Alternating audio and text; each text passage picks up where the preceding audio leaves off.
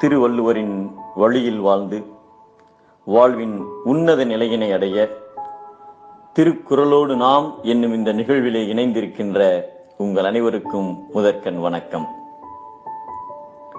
குறள் எண் 599, அதிகாரம் ஊக்கம் உடைமை.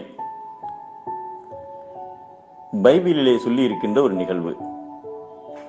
கோலியாத் என்பவன் ஒரு பெரிய அரக்கன். அவன் ராட்சதன். எப்போதும் அவனது எதிரி நாட்டினை பார்த்து கிண்டல் செய்வான்.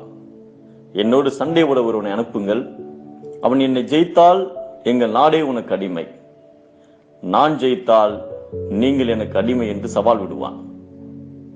இதை கேட்டதும் எதிர்நாட்டு படையிலே இருக்கின்ற டேவிட் என்கின்ற ஒரு சிறுவன் உடனே புறப்பட்டான். அவன் பார்ப்பதற்கு சிறுவனாக இருந்தாலும் கூட ஒரு மிகப்பெரிய தைரியசாலி.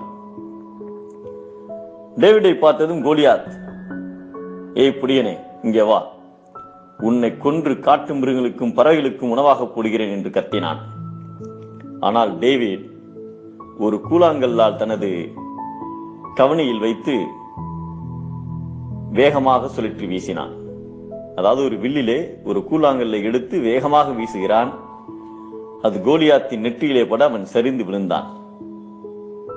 எல்லோருக்கும் ஆச்சரியம். வாளோடும் வேலோடும் வந்த கோலியாத்தை எப்படி வென்றாய் என்று கேட்கிறார்கள்.